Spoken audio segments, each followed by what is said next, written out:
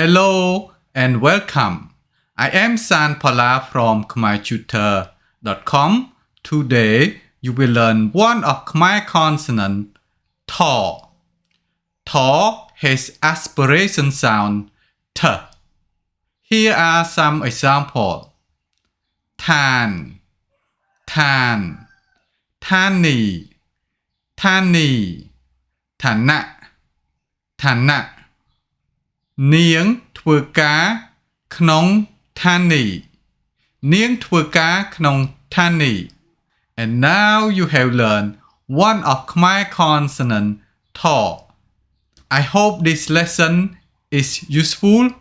Please subscribe, like, give a good comment and click the bell icon for notification when I post a new lesson. If you want to learn Khmer with me, go to my website khmertutor.com and send me a message.